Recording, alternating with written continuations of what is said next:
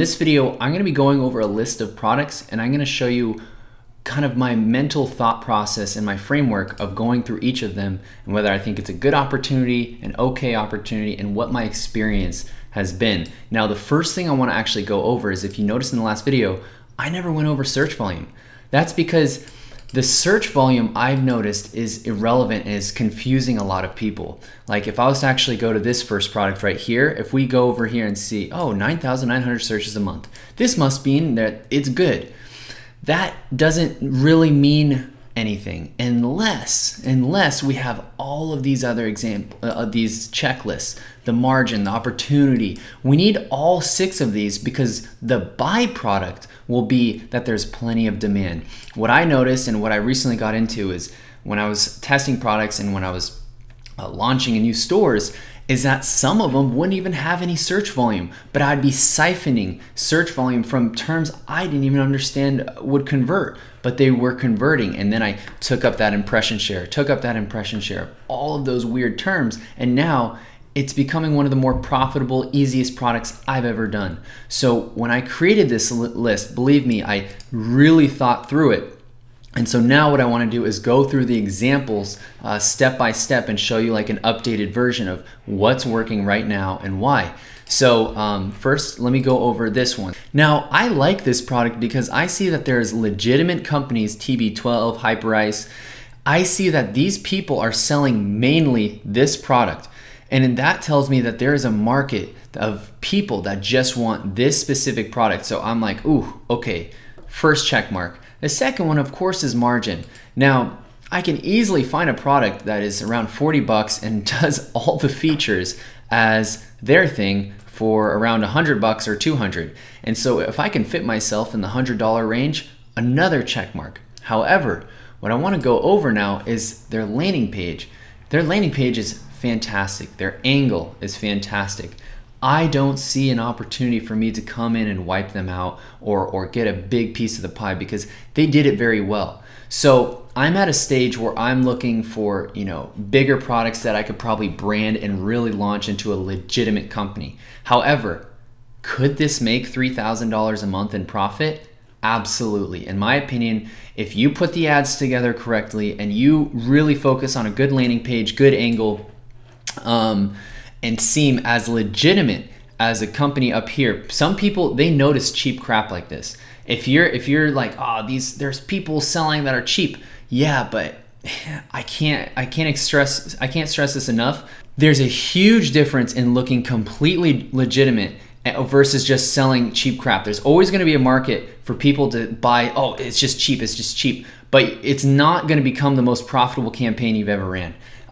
If you sell it like you're a legitimate company, but you're priced at 100 bucks because now it's on sale, that's just a small example. If I was to give this a rating of how excited I'd be to, try this out, I'd give it maybe a 6 just because I don't see how I can really take this off. But could it make $3 grand per month profit? Sure. Yes, it absolutely 100% could. So another angle that I personally really like is actually, instead of only focusing on business to customer, so selling B2C, you can go B2B, where you, the business, sell to another business owner. And so this is a fantastic product that you can sell that people are actually searching for. Now, let me just quickly highlight why I kind of look at this search volume and what I personally use it for. I don't use the search volume as exact coordinates to my destination. I use it as like a north and south. Is there anything here? Is there some search volume? If I go and I type in random terms of the pop-up canopy tent and I see there's no one searching, I'll be a little bit like, okay, that's kind of odd. But if there's actual competitors here that are selling, I'm okay with that as long as the other check marks and I see other competitors selling in this as well. I know there's some kind of demand. So this is another example, and I know you can actually get this similar one. I think this one or this one on Alibaba. And if you can get good margin on it, this is a fantastic product. Now, there's also weird niches like this, like Detox Ion Foot Massager. This is something that would be very interesting to try because it's kind of a hidden product, very odd, but it's for a very select few of people that truthfully believe in it. And what's cool is you can see this looks very enticing. You start with clear water and all this comes out of your foot.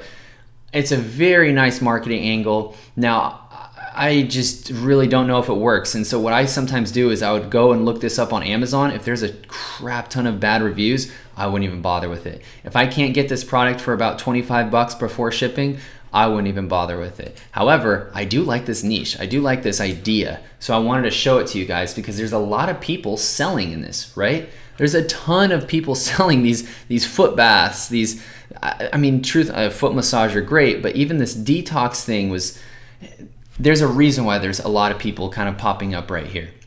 Now, the next thing I want to show you is this, a portable fish finder.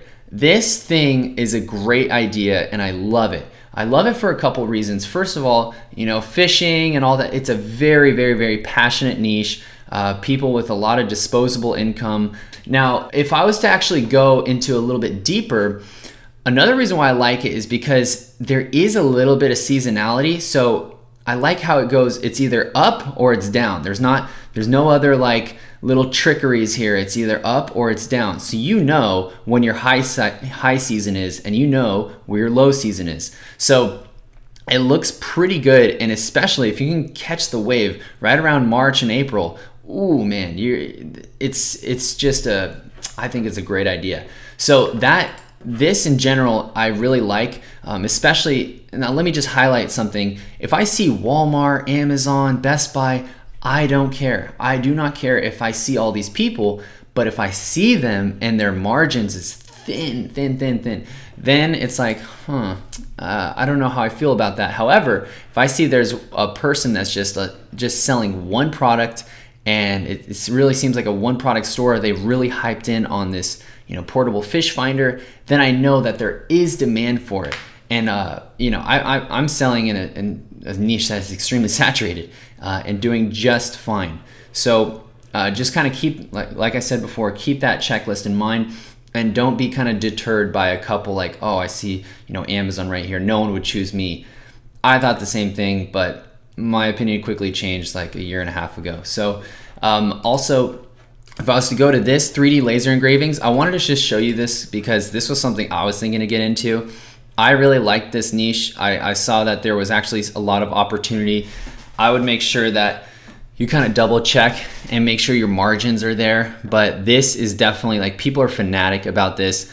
This is, you know, something that you can either target towards animal lovers, towards obviously just general family photos. But this is, to me, it's pretty evergreen.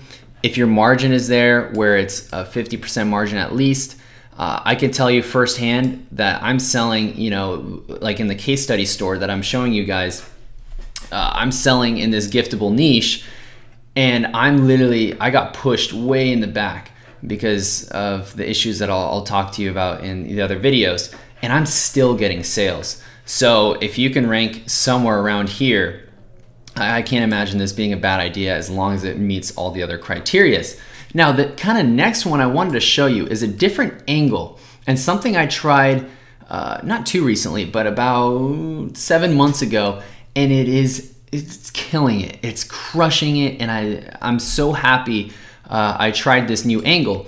And what it is by tying in a ton of emotion, not just emotion as in buy now, you're overweight, you need to do this for your family. It's not like that. It's more of like, you're gonna buy this and we're gonna donate. And by the way, as you start making money, donations are great for tax purposes. So this is an example from a legitimate company, the World Wildlife Fund, and basically they're selling a sloth for you to pretty much adopt a sloth in the wild. And I thought that was so cool. And it's just a great idea to do, where you can sell a product and tie it into an emotion. Like if you're selling in the ocean niche, there's like 1,000,001 ways to do that. Actually, there's a company right now that is selling these bracelets. Give me a minute. Okay, I found the company and I typed in Ocean 7 bracelets. It's for Ocean. Whoops. I think this is a movie. But this company right here is completely doing the best marketing campaign you could ever imagine. And they're actually, if I go right here to SimilarWeb, Look at this dip. But not much of a dip, because 600,000 searches a month or visitors a month is pretty hefty. This is amazing. But that's not really the point. The point is that they're selling these cheap little bracelets in droves, and they've been in business for years, and they're selling it because they're cleaning up the ocean. Now, they're actually legitimately cleaning up the ocean, which is really, really, really cool. I'm super happy about that. But what I'm trying to say is that this is not a hot product. This doesn't glow in the dark and then does, you know, a backflip on your arm. It doesn't do anything. It's all emotion. And they tied it in so well, and they're absolutely raking it. And they're raking and cleaning the ocean as well at the same time, which is fantastic. So this is another angle that I'm personally doing, and it's working like gangbusters. So that's another way that I want you to just kind of be creative. And if you find the opportunity to do this, I highly suggest doing it. Now, a couple other products I want to quickly go over is in the toys niche. This is a great niche to go into. And if I was to kind of go specific, if you're looking at a niche and looking at products to sell, which I know this video is mainly about products and examples, but I just wanted to give this quick kind of overview. I like this niche, and I like kind of trying to find a product in this niche. But if you find yourself in the same situation where you're literally like, oh, well, what product should I choose? Products that are more up in the front have higher click-through rate and is pretty much ranked higher because of either domain authority, because, oh, it's Nordstrom, or because it has a high click-through rate, low bounce rate, high relevancy. And what that means is a lot of people like this specific product, or at least the look of it. So this would actually lead me towards looking at like a firefighting kind of toy set. I see another firefighting kind of toy set. This probably would do super, super well in Christmas, and it's something I personally would look more into if I had more time. So I just wanted to quickly show you that. And then the last one is magnetic eyelashes. I mainly wanted to pull this up because I just wanted to kind of encourage you guys. There are going to be niches that seem just super, super saturated. I don't always recommend, of course, like what I mentioned in my video, don't just go into a saturated niche. But at the same time, if you find a product that has good margin and you find one that has an exuberant amount of demand, like 74,000 searches a month, insane, I wouldn't totally dismiss it. I would give it a go. If you're kind of tight on cash, then just go for a better opportunity. But I will say there are some hidden gems in these weird saturated niches that you would have thought like, there's no way I'm gonna make a killing in this. Yes, you definitely can, and I know that firsthand. So I wanted to mention that just as a little reminder that, look, if you're doing your product research, which we're going over in the next videos, and you have a product you really wanna try, but it's just, you see all these other competitors, I wouldn't totally dismiss it. Just kind of keep it on the side, and it can be your last resort, and it might honestly be a good one. So anyway, these are a couple examples, and I'll see you guys in the very